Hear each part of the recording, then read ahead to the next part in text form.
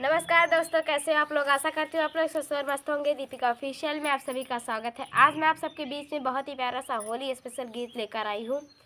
भोले, पार्वती और उनके दो लाल कैसे और किस रंग से होली खेलते हैं, कैसे होली खेलते हैं, आप लोग इस गीत में सुनने। देर न करती हुए चलिए सुनाते हैं प्यारा सा। और आप सभी से एक रिक्वेस्ट है, हमारे फेसबुक पेज को भी फॉलो कीजिए। हमारा फेसबुक चैनल का नाम है दीपिका प्रजापति। आप लोग सर्च कीजिएगा और सर्च में आता भी है। आप लोग मेरे फेसबुक पेज को फॉलो भी कीजिएगा। तो देर न करती हुए चलिए सुनाती है प्यारा सा होली गीत। रंगवा शिव जी खेलाई कावन रंगवा गौरा हो कि कवन हो रंगवाना हो कवन हो रंगवाना खेलाई कार्तिक गणेश हो कवन हो रंगवाना खेलाई कार्तिक गणेश हो कवन हो रंगवाना।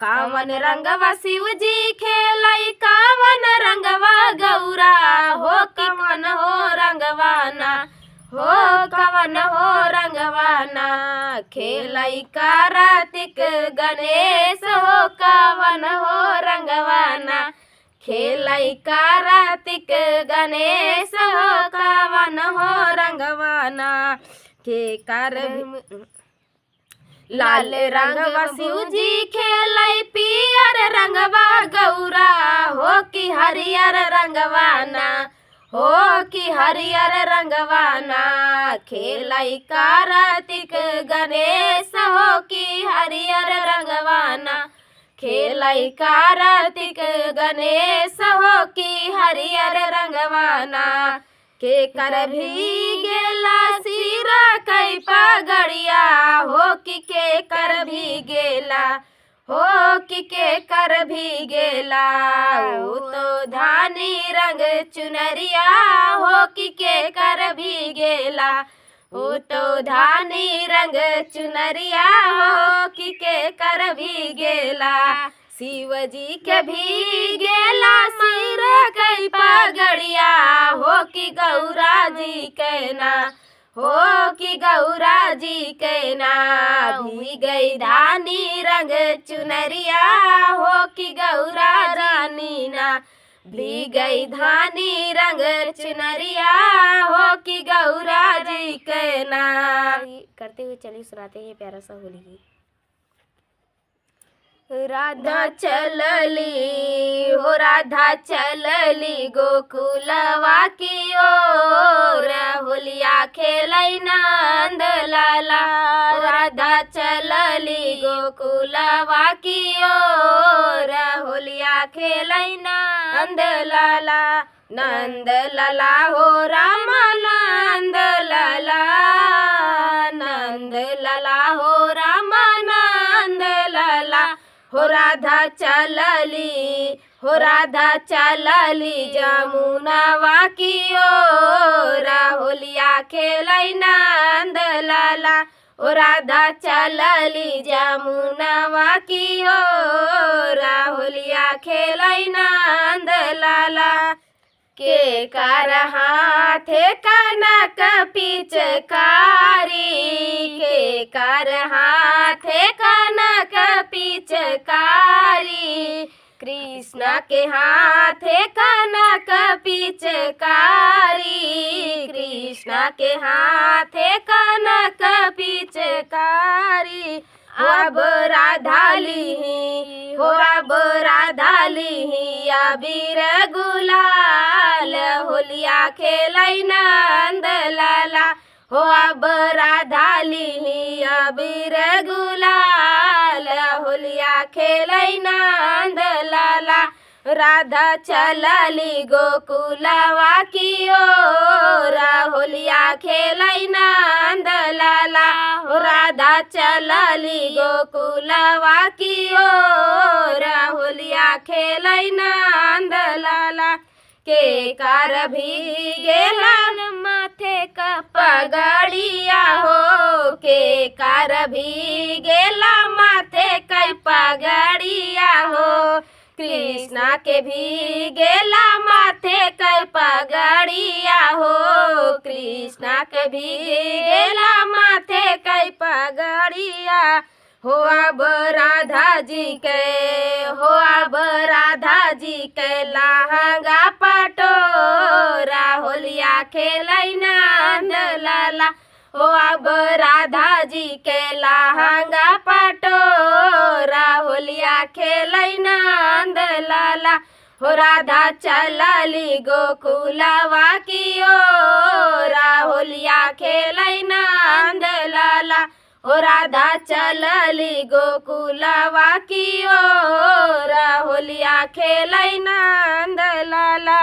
मधुर मिलन राधा श्याम जी के भइले मधुर मिलन राधा श्याम जी के भइले प्रेम के रंग में सब जन रंगाइले प्रेम के रंग में सब जन रंगाइले हो भैले गोकुल में हो भैले गोकुल में सब सारा बोरा होलिया खेलै नंद लाला भैले गोकुल में सब सारा बोरा होलिया खेलै नंद लाला हो राधा चलली गोकुलवा की ओरा होलिया खेलै नंद लाला हो